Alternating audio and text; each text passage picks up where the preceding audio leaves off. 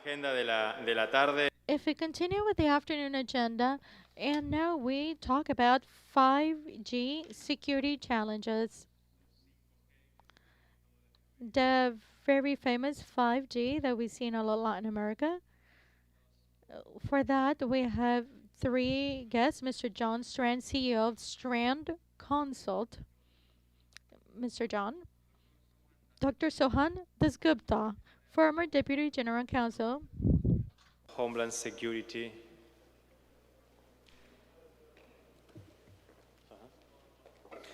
And Molly Hollowell from the Deputy of the Economic Affairs in the U.S. Embassy. Please, Molly. Vamos. Yeah, please.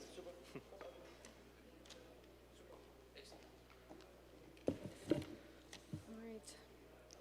Good afternoon, everyone. My name is Molly Hollowell, and I work with the U.S. Embassy here in the economic section. Thank you to former Congressman Pittenger for welcoming me onto this panel. It is an honor to be on the same stage as Dr. Dasgupta, not to mention Mr. Strand, whose reports I've read.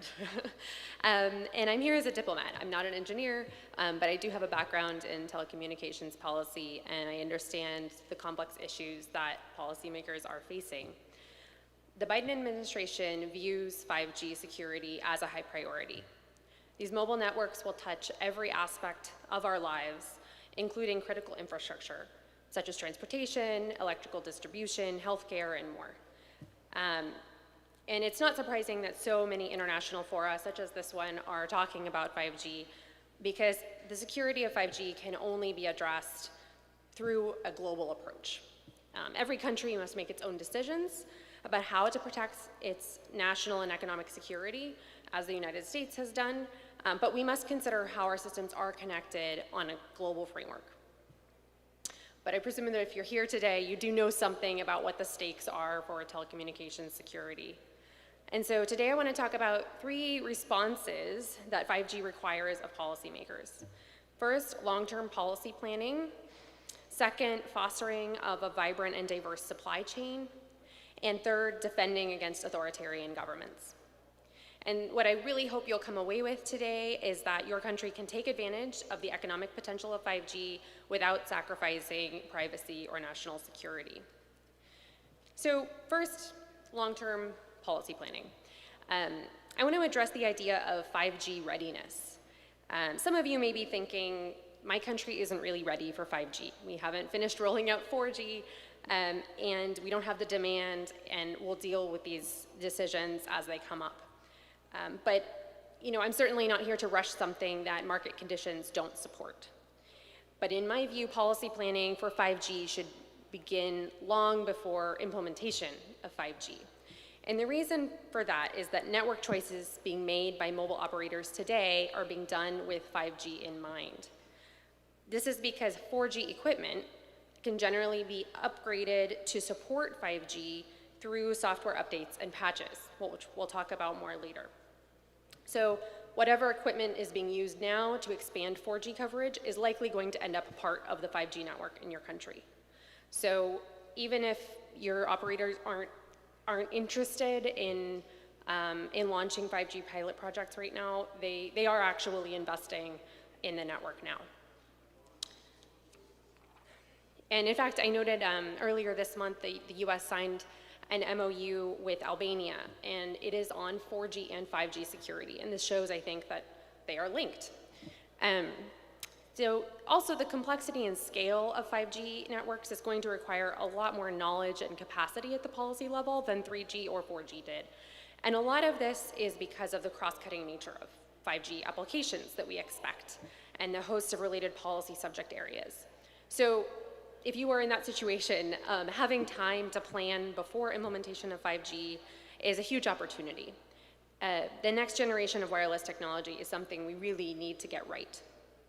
Future home appliances, smart manufacturing, electrical grids, it's all going to be on top of these networks.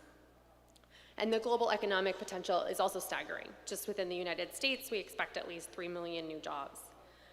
So we hope that all countries can take advantage of this economic potential. And we believe that they can do so without sacrificing their personal privacy or economic or national security. So the second thing I wanted to talk about is that 5G requires policymakers to encourage a vibrant and diverse supply chain. What we are used to right now is an end-to-end proprietary technology model that really is only offered currently by 3 major equipment providers. So the same vendor provides all equipment and software, including the core network, the switching, and the last mile radio equipment.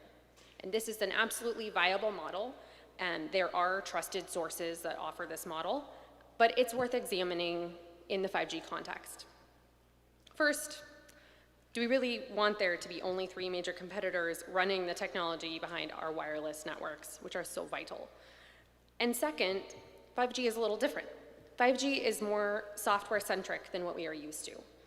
Software-defined networking and network virtualization essentially underpin the advance of 5G. But this also means that vendors who supply the technology are in greater control. So software-defined networking allows the vendor to deploy at any time new upgrades or patches or feature updates to the core. And that means that they could introduce malicious code or skim data at any time. And this is the scary part, is that it will be very difficult to know when or if that has happened.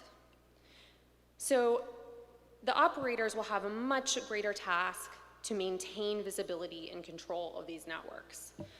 Verifying code continually as an operator is prohibitively expensive, almost. So these are some new challenges that the telecom industry is facing. And a single vendor supplier increases the security risk because other vendor systems can't detect inconsistencies. So first off, this is a clear reason to only work with vendors who are really trustworthy, obviously. But it's also why the United States is so interested in encouraging open and interoperable approaches to network architecture. These approaches have the potential to increase the number of trustworthy suppliers in the market and to lower costs and improve security. Some of these new solutions exist, one of which is ORAN, and Mr. Strand will explain in a moment, I'm sure, that vendor diversity is not a magic solution, which it's not. But competition is good. And so the United States is considering ways to help encourage more innovation and competition in this field, such as transparent financing that creates a level playing field, or international spectrum harmonization so that new entrants have the benefit of greater economies of scale. Breaking down these barriers to new innovations, new market entrants is really an international project. And so we hope you'll join us in thinking through this and on working on this. And finally, 5G requires policymakers to defend against authoritarian governments. So the stakes for 5G security are simply higher. 5G has the potential to integrate us with our environment and with each other in ways that we are still only beginning to imagine. Networks being compromised or going down would have a catastrophic effect even today. We've seen some small examples of critical infrastructure being attacked in the United States recently. But the impact will only increase as the lines blur between the physical world and the virtual. And what if the network is compromised and your population's genetic data is shared with certain actors, or your power grid shuts down? So these are real considerations for the future. And so with these increasing stakes, national measures need to be crafted to mitigate major security risks from high-risk suppliers, regardless of their national origin, and to preclude the suppliers from providing equipment and software and services to 5G networks. I say regardless of national origin, and I mean that, but the United States is especially concerned about the dangers of installing networks that can be manipulated or disrupted by authoritarian governments that have no regard for privacy or human rights. Xi Jinping has stated publicly that the Chinese Communist Party must increase leadership over the private sector and make it follow the party. Chinese vendors such as Huawei and ZTE are beholden to the whims of the PRC. They don't have any judicial recourse. And this control is spelled out in the Chinese national intelligence law, that they must cooperate in national intelligence work. So promises made by Huawei or ZTE that they will not cooperate with the PRC are just simply promises that they cannot keep. And we will not know what data they will be compelled to turn over in the future. These concerns are unfortunately not hypothetical. Huawei has been implicated in PRC-backed espionage and has stolen intellectual property from foreign competitors. So in the quest to secure networks from untrusted vendors, there are a variety of approaches that have been taken by our allies. Some governments have implemented new legislation. Others have used spectrum auction rules or investment review mechanisms or a combination of all of the above. But whatever mechanism is right for your situation and your legal system, something that is essential is that national measures to address 5G security risk should take into account not just technical risks and mitigation, but also geopolitical factors, such as the model of governance in the country where an equipment vendor is headquartered, and whether there is risk of undue government influence over that vendor. So I would recommend a couple of resources. You may know about some of them already. One of them is the Prague Proposals, which were the result of a gathering of more than 30 countries hosted by the Czech Republic in 2019. And what these do are they capture a key criteria that governments should consider when evaluating 5G vendors. So as you're drafting legislation, these criteria can help you define what is a trusted vendor. And the second Prague conference last year actually launched a huge repository of resources on this. And another great resource is the EU 5G Security Toolkit. The EU is taking 5G security really seriously and has published a set of recommendations for individual member states for them to evaluate their risk and then respond to cybersecurity risks in their 5G infrastructure. So the toolbox specifically acknowledged that high-risk suppliers should face additional restrictions, such as exclusion from 5G networks. So to conclude, I want to reiterate that the vision of the United States is to see a vibrant digital economy worldwide that enables all citizens to benefit from the promise of fifth-generation wireless networks.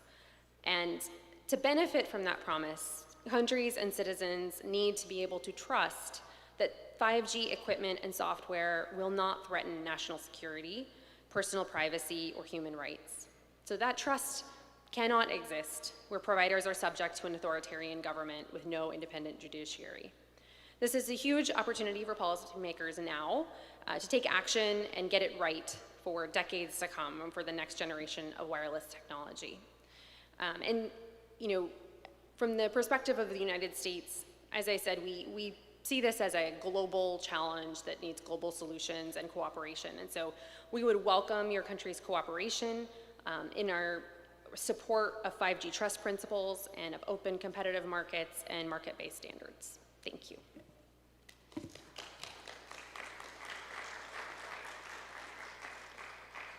Muchas gracias, Molly.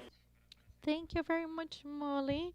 To move forward, please prepare your questions to the end. I leave you now with Dr. Strand.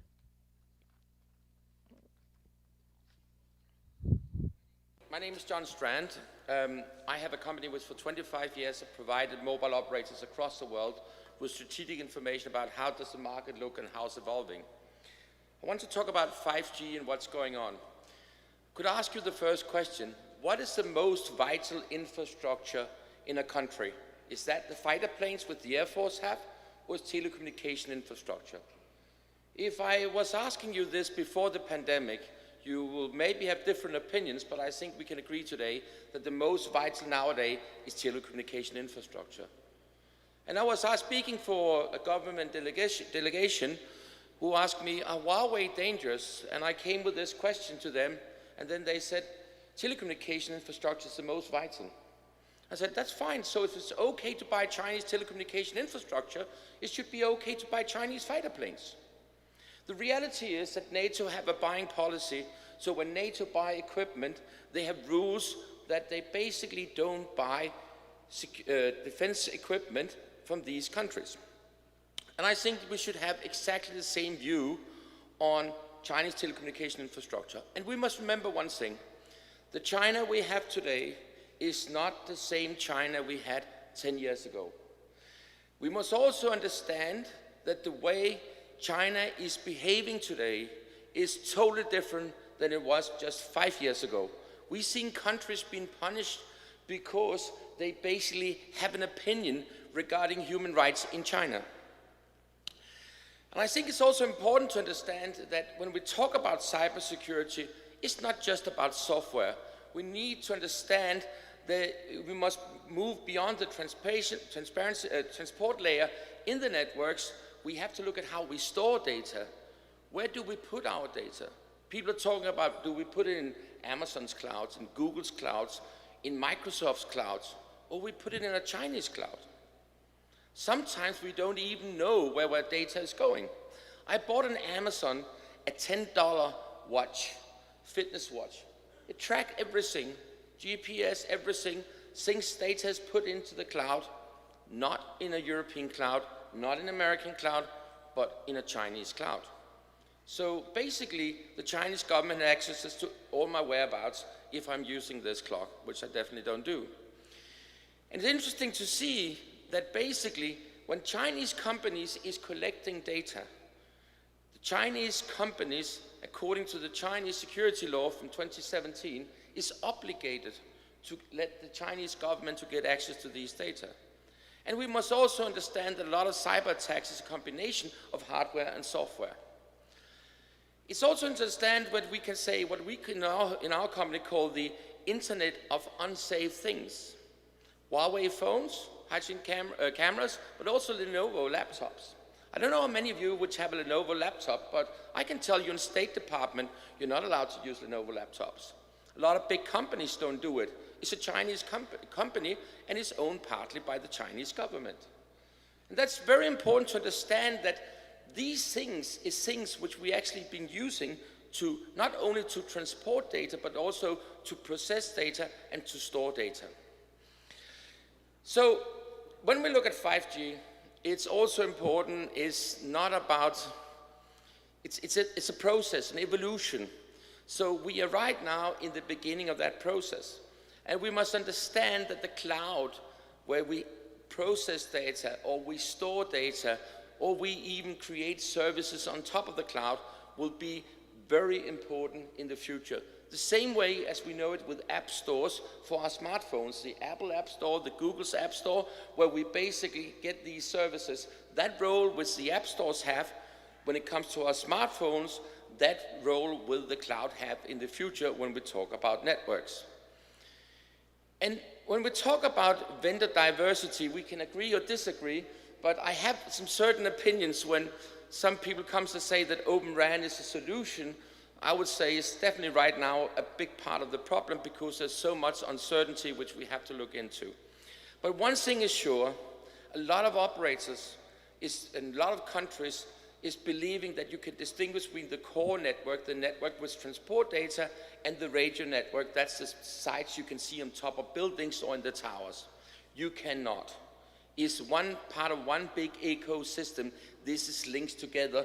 To split core network from radio networks is like trying to split water into hot water and cold water. So I think it's very important to understand that the value of this technology is very high in the future, and these networks will be very important. But one of the things I hear very often for some operators is, oh, it will be expensive if we have to rip and replace our Chinese equipment. And we did a case study of that, and the reality is, if you put a total ban in Europe on Chinese equipment, the average cost, one-time cost, will be €6 or $7 per mobile subscriber in Europe. And I'm just asking, is that a high price for security? I'm just asking if an average subscriber is spending €20 a month on his mobile subscription, he buys an iPhone which costs like close to $1,000. This is a marginal amount. And the reason why the cost is low is because when we upgrade the networks from existing 2G, 3G, 4G networks to 5G networks, we actually have to rip and replace all the equipment anyhow. So we just have to choose another vendor. So the US have done a lot of great things, and I must say thanks to the State Department for all the efforts they've done, the previous administration, the current administration has been doing. And one of the things was what's called the clean network, the transatlantic clean networks, where basically US did a great job to go around and tell we need clean networks. And a lot of the countries committed themselves to this, and a lot of operators did that. But honestly, there's some people, some countries, some operators which gave some promises which have not been able to fulfill. I could easily make the list very long, but let me come with a case here. If we look at the cloud, in Germany, Deutsche Telekom have a cloud. The technical solutions is delivered and run by Huawei. That would say the data is stored in that cloud. The reference customer, when this cloud was launched, was the CERN Research Institute, Nuclear Research Institute in Switzerland. So we're talking about one of the state-of-the-art nuclear research institutes in Europe with scientists from all over the world is storing their data in a Chinese cloud. I'm just asking, does that sound smart? Does that sound stupid? Would that something you would recommend a company to do? And honestly, the attention this gets is quite limited. We did a mapping of Europe, and we can say that 44% of all the equipment in Europe, all the radio equipment in 4G, is delivered by Chinese vendors. This was a map in the previous. A lot of countries is changing right now. Denmark, Sweden, Norway will be green in very short time. Some of the Baltic countries too. England will take some years, but we still have countries where basically all the radio equipment or big part of the radio equipment will be Chinese even in the future. Let me take one example. Until short time ago, all the mobile networks in Belgium was delivered by Chinese vendors. That means that all the people working for the European Union, all the people working for NATO, which have its head office in Brussels, all the traffic from their mobile phones was sent to Chinese networks. Is that intelligent or not? Fortunately, one of the operators in Belgium have made a decision. The Belgian government has also made new legislations, new rules, and all those things. So basically now there will be at least one non-Chinese network in Belgium that basically give the European Union, NATO, and other big companies which basically want to protect their data the possibility of choosing an operator which have a non-Chinese network. My opinion is that all countries across Latin America should be able to offer at least one non-Chinese network. Find me a politician who disagree with me. I would like to talk to him or her. Honestly, I think governments, defense industries, utility companies, pharmaceutical companies, health companies, banking, transportation companies, and even private users should have the opportunity to choose a mobile operator which don't have Chinese equipment in their network. Today in Germany, you don't have the choice. Tomorrow in Germany, you will not have the choice. In 5 years in Germany, you will not have the choice. BioNTech, Pfizer is produced, created in Germany. Do you think it's smart to put that knowledge they have about their research and so on to a Chinese network? I think it's a bad idea. Open RAN, I can make a long list about it, but Open RAN is right now the most overhyped which exists in this industry, and I've been predicting which technologies will be successful, will not be successful. But the reality, in my opinion, is that there's been said a lot about Open RAN.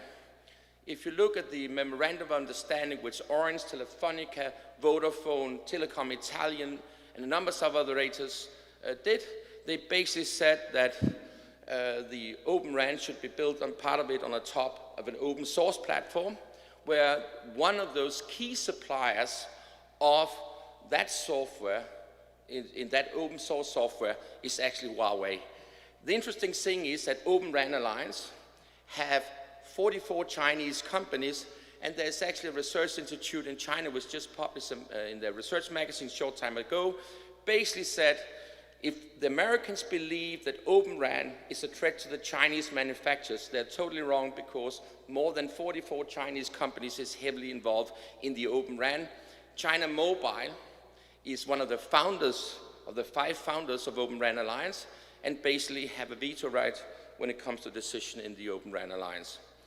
The reality is EU and US have not made the risk assessment yet when it comes to Open RAN, so there's a long way to go, and also from a technical perspective. You mentioned correctly the EU 5G toolbox. Right now is probably the best tool we have, but EU have created a toolbox which they ask the different countries to use when they do risk assessment on infrastructure. I could talk about it for days. I have made some slides with some background information, but it's probably, if Latin America should leapfrog how they could move into this process, the EU 5G toolbox is probably a good way to do it. It's quite interesting to see what they've been doing, and they have been doing a lot of risk assessment reports, and they're coming out even more things in very short time. So when we look at our recommendation, I must say it's important to say that we need to understand that telecommunication is vital infrastructure. We need to understand that this is about national security. And it's important to understand this is not about trade policy. We can do tons of trade with China, but we have to distinguish between trade policy on the one side and national security on the other side. We don't buy Chinese fighter planes. We don't build the fundament from a digital society on Chinese equipment. And I think it's important to understand that there is a lot of opportunities. And for some operators, this have been, the discussion about these things have been a way to some operators have unfortunately defended the use of Chinese equipment. My opinion is that national security is something which government takes care of, and I think it's very bad to involve private company which is focused on this quarter's profit too much when it comes to national security. They have the right to have an opinion, but they basically have more focus on short-term profit than long-term national security. I hope you got some inspiration. If you want to have more inspiration, more information, we have a tons of free reports and information on our website, and you can go to our website and you will find that there. Thank you. Thank you, John. I put my phone off, just in case. Dr. Dasgupta, the floor is yours.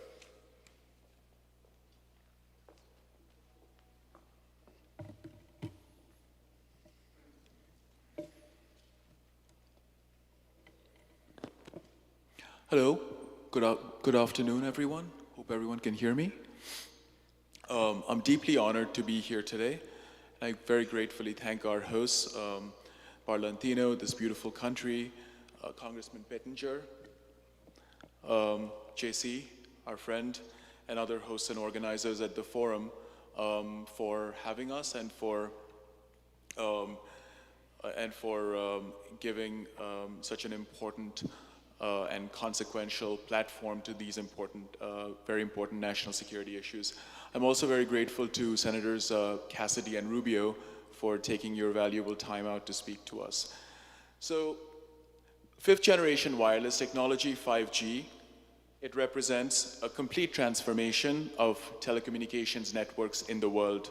And combining new and legacy technology and infrastructure, the expectation is that 5G will build upon previous generations in an evolution that's going to take quite a few years to phase in. 5G is expected to improve the bandwidth, capacity, and reliability of wireless broadband services. The transformative leap from 4G, which is what most of us today use, to 5G cannot be emphasized enough. Now let's compare the most vital metric, latency, under 4G and 5G. What is latency? Latency is the delay in transmitting and processing data, like the delay between when a command is sent and when it's executed.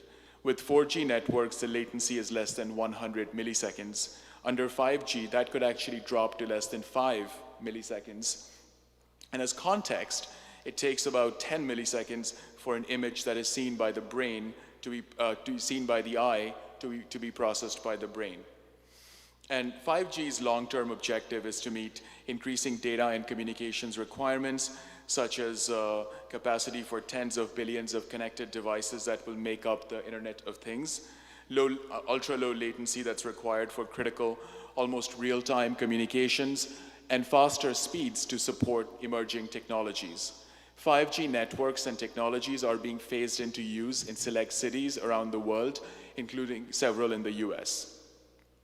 It's expected to lead to autonomous vehicles, remote surgery, telemedicine, helping communities enhance the management of local resources like traffic signals, water supplies, and critical infrastructure such as smart grid electricity.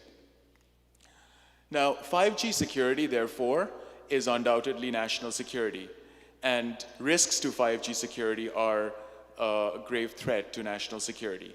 Given 5G's universal scope, the stakes for safeguarding the telecommunications supply chain and architecture amidst this transition could not be higher.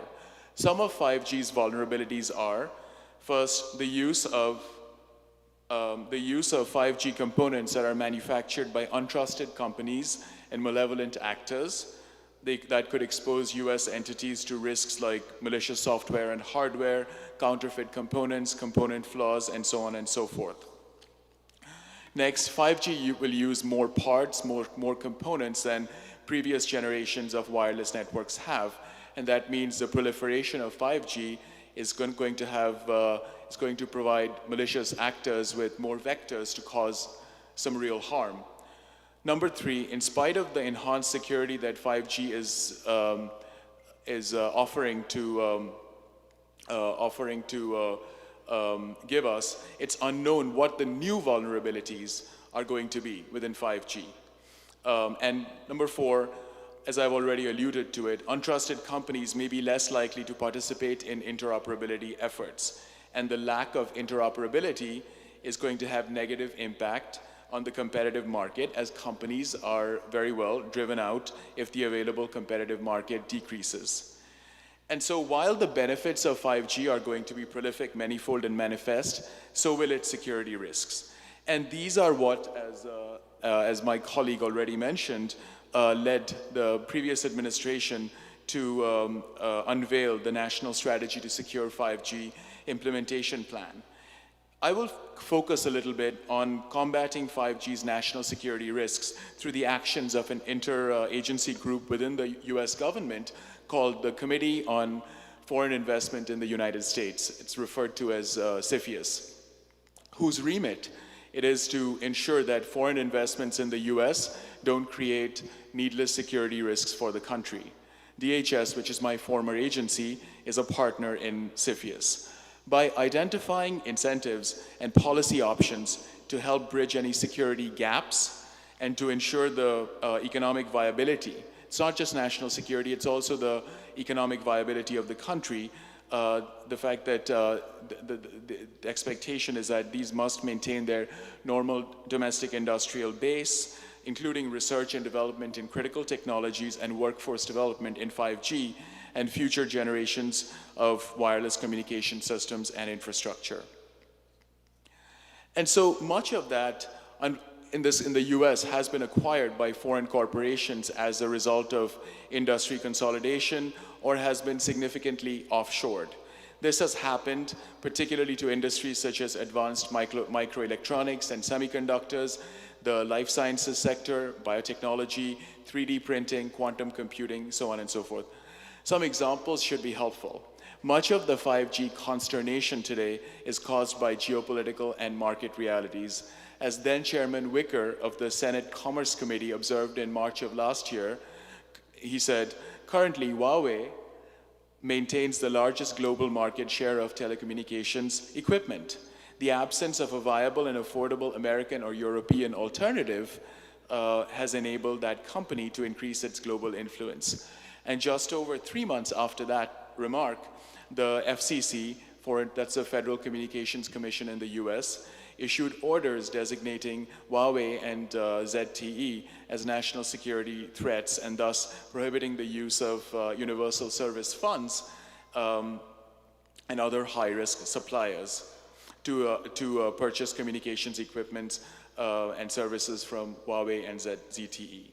And the executive branch has taken numerous actions, such as issuing Executive Order number 13873 and placing Huawei on the Commerce Department's entity list, which is expected to reduce and prevent security gaps as they go on to be fully implemented. A wide variety of transactions, including foreign entities wishing to acquire parts of US businesses, is subject to CFIUS review. 5G is in play in many of them and could be the reason those transactions are afforded searching scrutiny by CFIUS. Now, the important thing about CFIUS is that Congress enacted a law, it's called FIRMA, in 2018, and FIRMA and the regulations that came after it have conferred additional authority on CFIUS to review two new categories of transactions. The first category are certain non-controlling investments in US businesses, including critical technology, critical infrastructure, and sensitive personal data. It's called TID, for technology, infrastructure, and data, as well as certain real estate transactions. Now, FIRMA requires CFIUS to ask whether the nature of the investment affords a foreign person one or more of the following criteria: access to any material, non-public technical information in the possession of the TID American business, or membership or observer rights on the board of directors or the equivalent structural setup they have of the TID US business, or the right to nominate an individual to a position thereto, or number 3, any involvement other than through voting of shares in substantive decision-making of TID US business regarding critical technology, critical infrastructure, or sensitive personal data. I know I'm running out of time, but it's just important to mention that, with regard to sensitive technology, the FIRMA pilot program, what they have are airfact manufacturing, electronic computer manufacturing, military armored vehicle, optical instrument lens manufacturing, chemical manufacturing, so on and so forth. And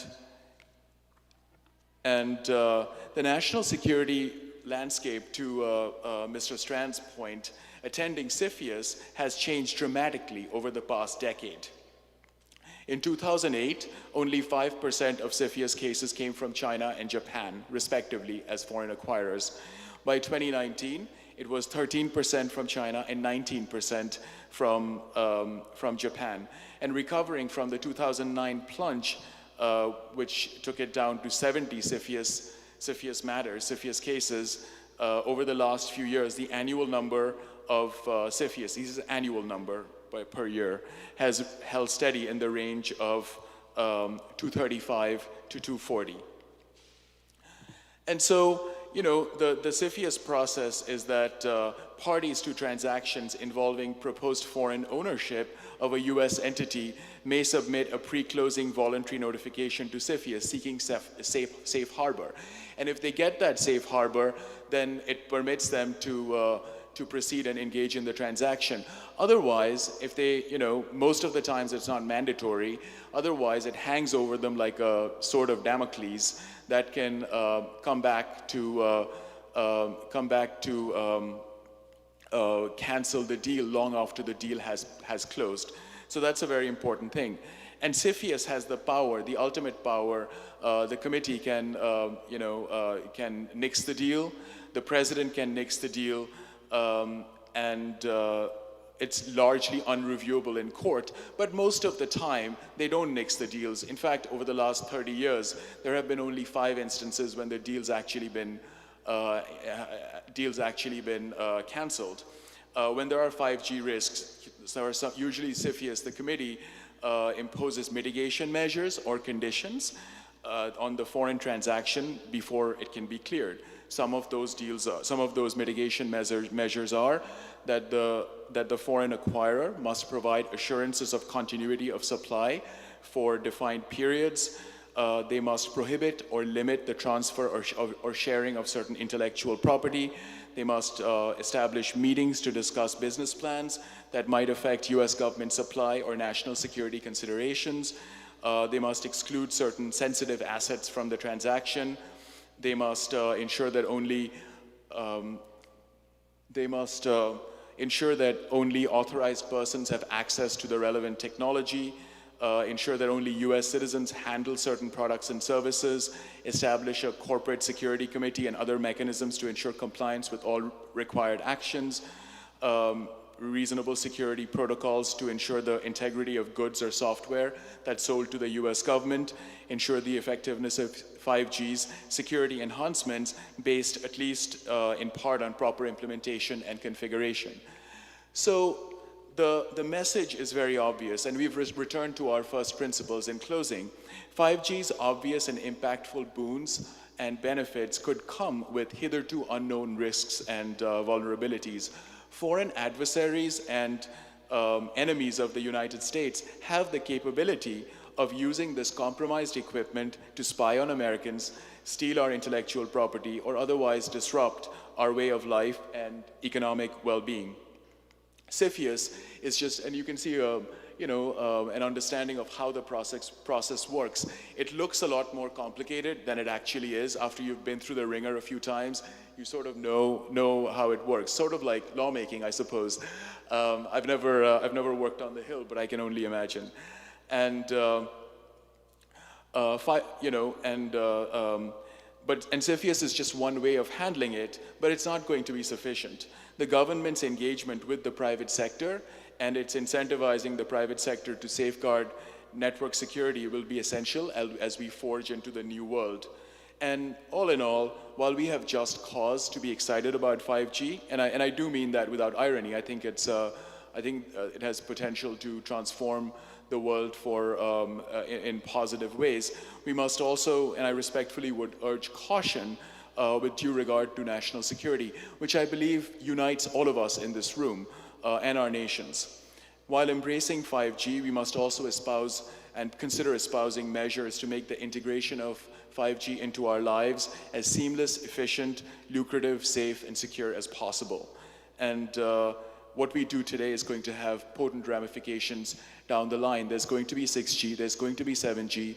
So the protocols we set now and how we handle this momentous leap from 5G from 4G to 5G, which is a much greater marginal leap than we've had from 3G to 4G, 2G to 3G, or anything like that, is going to be very consequential and potent. Thank you very much.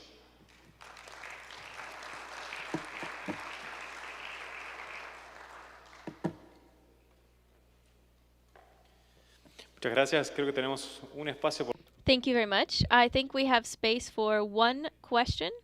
If anyone would like to ask a question.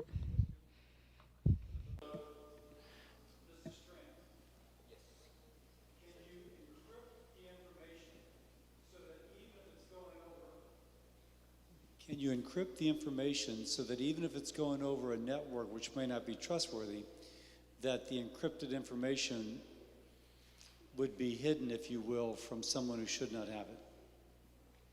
I would say, let me answer the question in 2 steps. All communication in a mobile network is encrypted. It's a part of the standards, if you could say it like that. The problem is if you have a Chinese vendor which basically is providing with the system, it's the same encryption key all vendors are using. It's a standard key, if you could say it like that. So all the vendors have it. So in that way, if you have access to the network, you can do it. My concern is, I know the Americans have talked a lot about spying. My concern is not so much the spying, that's one part of the issue, but there's many ways you can spy and collect data and take data and so on. My concern is like kill the switch. That's basically, let's say a very simple thing. We don't like what's going on in Hong Kong. We protest about it. A small country do that. And unfortunately, all the networks in the country goes down. We don't know what's happened. You saw when the pipeline was hacked in the US, what the impact was on gas on the East Coast, and all those things. That was just attacking IT systems. We've seen companies being taken down by these ransom hackers across the world, taken out of business for days, weeks, months. Right now, there's a hotel booking system delivering hotel booking solutions to more than 900 hotels in Scandinavia. It's a region with 15, 16 million people that have been down for 3 weeks. Those hotels don't know which guest shows up tomorrow. They don't know which people have ordered a table in 2 weeks. So what I'm just saying is that this is about being the same way as NATO don't buy Chinese fighter planes. Why should we take the risk? I was speaking on an event with the CEO of a big operator. I said to him, can you guarantee your clients that the network is secure? And he said, no, but if I was using one of the other vendors, I could not give the guarantee. I agree. But there is a difference between vendors, which is coming from the same part of the world, have the same democratic values as you and I have, we grew up with and we're fighting for, compared to those which comes from a country which is so different from the world we're living in. So we can buy a lot of things in China, we can do a lot of business with China, but there's no reason to take the risk of building the fundament for the digital infrastructure on Chinese equipment. Thank you. I have a short question.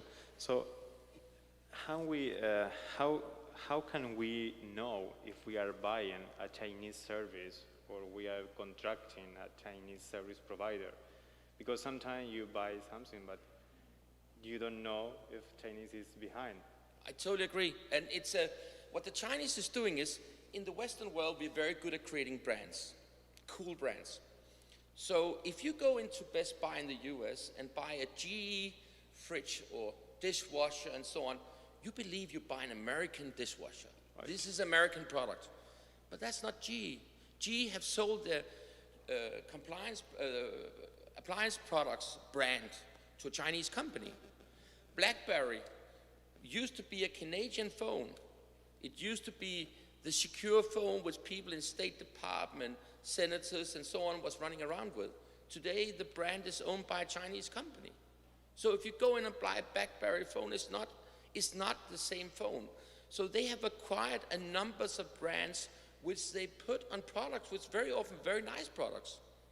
Motorola is in the main part of all Americans' perception. It's so American as can be. But today it's a Lenovo brand. Lenovo is partly owned by the Chinese government. Lenovo, they bought IBM's first their PC division and then their server division. People have ThinkPads and so on.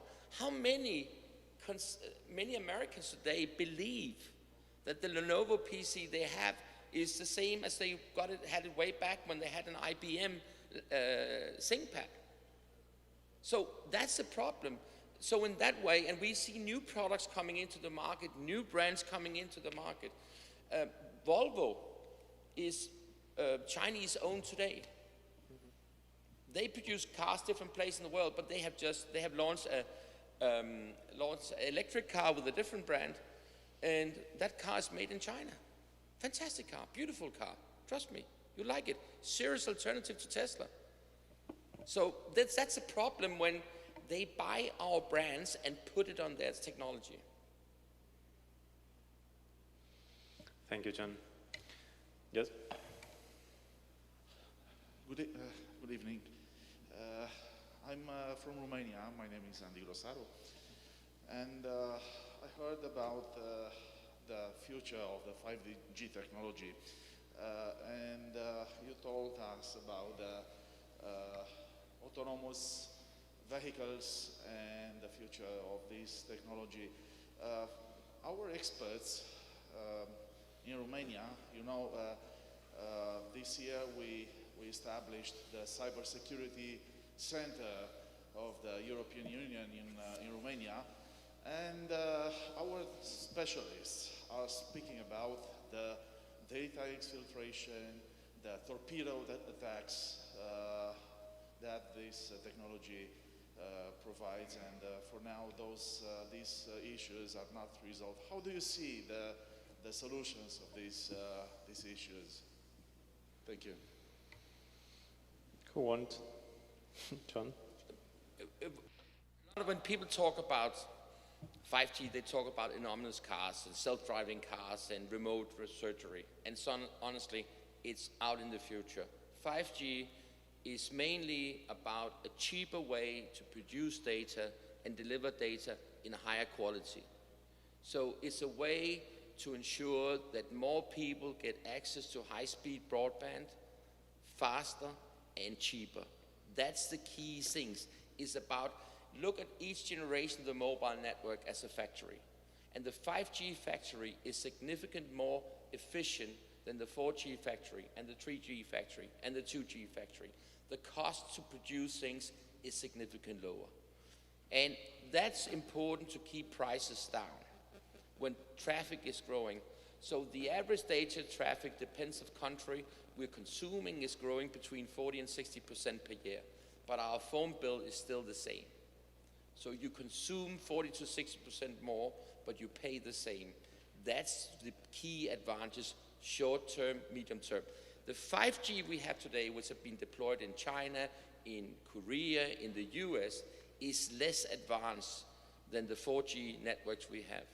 The 5G we have is what's called Release 15, and it have less functionality in the last generation of 4G. We will get Release 16 and 17 during the next 2 years, and then 5G will be more advanced. But until we come to that point, 5G is basically a much more efficient factory to produce data. Sohan, any comments about that? Oh, on that point, I think that John's correct. I think that the cost factor and the consumption factor, that's what's playing mostly in the 5G calculus,